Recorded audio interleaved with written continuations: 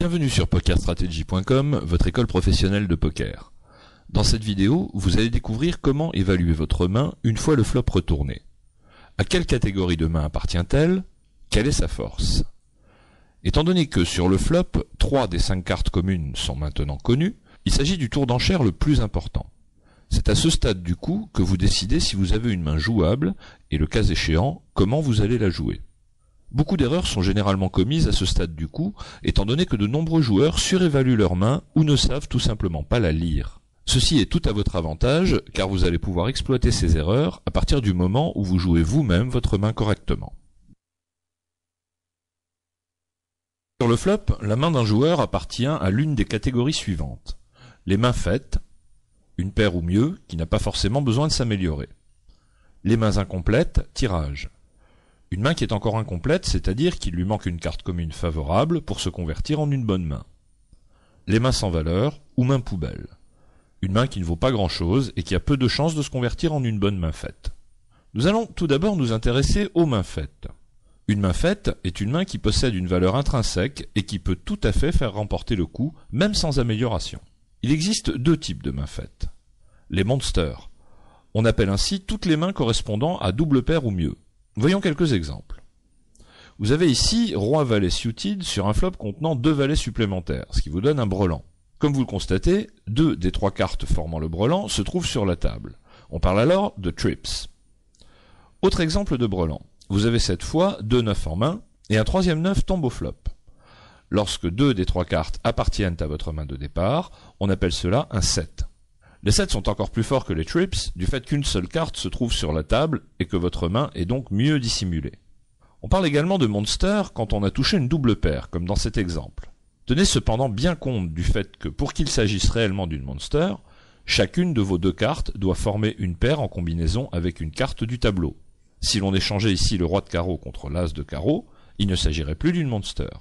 Vous n'auriez plus que la plus petite paire dans votre jeu, une main qui ne peut pas être jouée profitablement. Les 2 as ne pourraient pas être pris en compte étant donné qu'ils appartiendraient également à tous les autres joueurs.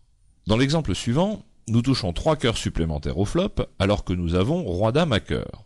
On parle alors de tableau 3 suited, un tableau qui contient 3 cartes de la même couleur. Même si vous n'avez pas l'as de la couleur, vous êtes pratiquement toujours en tête avec cette main. Dans ce dernier exemple, vous avez valet 10 suited sur un flop 7, 8, 9. Personne ne peut avoir une quinte supérieure à la vôtre, et comme le tableau contient 3 cartes de couleurs différentes, aucune couleur n'est possible. Dans cette situation, vous avez ce qu'on appelle la note, la meilleure main possible. Nous avons fait à peu près le tour pour les monsters. Bien sûr, il y a d'autres combinaisons possibles, comme par exemple le carré ou le full, mais elles sont tellement évidentes que nous n'allons pas nous attarder dessus. L'autre type de main faite est la paire. Cependant, seuls 2 types de paires sont intéressants pour vous. Ce sont les top pairs, c'est-à-dire les paires obtenues à partir de la carte du flop la plus haute, et les overpairs, des paires obtenues à partir de vos 2 cartes de départ, lorsque celles-ci sont plus élevées que les cartes qui se trouvent sur la table. C'est le cas ici pour votre paire de dames. Toutes les autres paires, que ce soit des paires intermédiaires ou des paires basses, ne peuvent être jouées qu'à titre exceptionnel. Opposé des mains faites, on trouve les tirages, qui sont des mains incomplètes, des mains qui ne peuvent pas gagner en l'état. Elles ont besoin de se transformer en mains faites grâce à une carte favorable au turn ou à la river. Les différents types de tirages sont les suivants. Le tirage couleur. Votre main contient 4 cartes de la même couleur. Une 5e carte de la même couleur vous donnerait la couleur. Si votre main contient l'as de la couleur, ou bien la carte la plus élevée parmi les cartes qui n'ont pas été encore retournées, il s'agit ici du roi étant donné que l'as se trouve déjà sur la table, alors vous avez le tirage couleur le plus élevé qui soit, ce que l'on appelle le tirage couleur max ou tirage pour la note. Le tirage quinte bilatéral ou OESD. On parle de tirage quinte bilatéral ou OESD lorsque vous avez 4 cartes consécutives.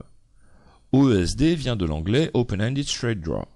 Il s'agit d'une main incomplète qui a besoin d'une carte à l'une de ses 2 extrémités pour se convertir en quinte, d'où le terme bilatéral. Le meilleur tirage quinte bilatéral possible correspond au cas où vous avez les 2 cartes hautes dans votre jeu, comme c'est le cas dans notre exemple. Si à l'inverse vous possédez les 2 cartes basses, ce que l'on appelle un idiot hand, ou si vous n'avez qu'une des cartes en main, alors votre tirage est bien plus faible. Le tirage monster. Comme son nom l'indique, il s'agit du tirage le plus fort, celui qui offre le plus de chances de gagner. Votre main contient 4 cartes consécutives et 4 cartes de la même couleur. Vous avez à la fois la possibilité de toucher une quinte et de toucher une couleur. C'est donc la combinaison d'un tirage couleur et d'un tirage quinte bilatéral. Le gutshot. Si vous avez une main complète composée de 4 cartes auxquelles il manque une 5e carte pour donner une quinte, et que cette carte manquante est située non pas à l'une des extrémités, mais au milieu, alors on parle de gutshot. Gutshot pourrait se traduire littéralement par tir dans le ventre, ce qui est une façon imagée de représenter ce type de tirage. Une quinte dont on a retiré une carte dans la partie centrale, le ventre. Dans notre exemple, il s'agit de la dame. C'est pour cette raison qu'on utilise également les termes tirage quinte par le ventre ou tirage quinte ventral. Il est à noter qu'il s'agit également d'un gutshot lorsque vous avez un As, un 2, un 3 et un 4. Vous avez bien 4 cartes consécutives, mais seul le 5 peut vous donner la quinte. Aucune carte ne peut vous donner la quinte à l'autre extrémité. Le double gutshot. Votre main est une combinaison de 2 gutshots. Dans notre exemple, la dame et le 8 vous donnent la quinte. Les doubles gutshots sont aussi forts qu'un tirage quinte bilatéral. Les overcards. Si vous avez une main incomplète qui ne correspond à aucun des tirages cités précédemment, mais que vos cartes sont supérieures à chacune des cartes communes, alors on dit que vous avez des overcards. Les overcards sont les tirages les plus faibles, et vous devez généralement les coucher directement au flop. Mais nous verrons ceci plus en détail dans les vidéos suivantes. Overcard plus gutshot.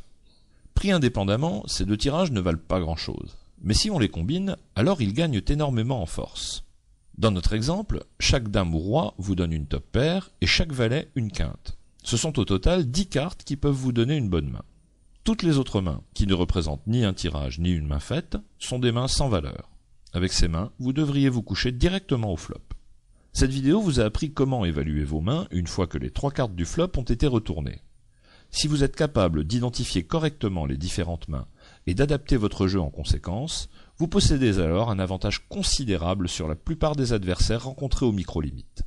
Bonne chance sur les tables.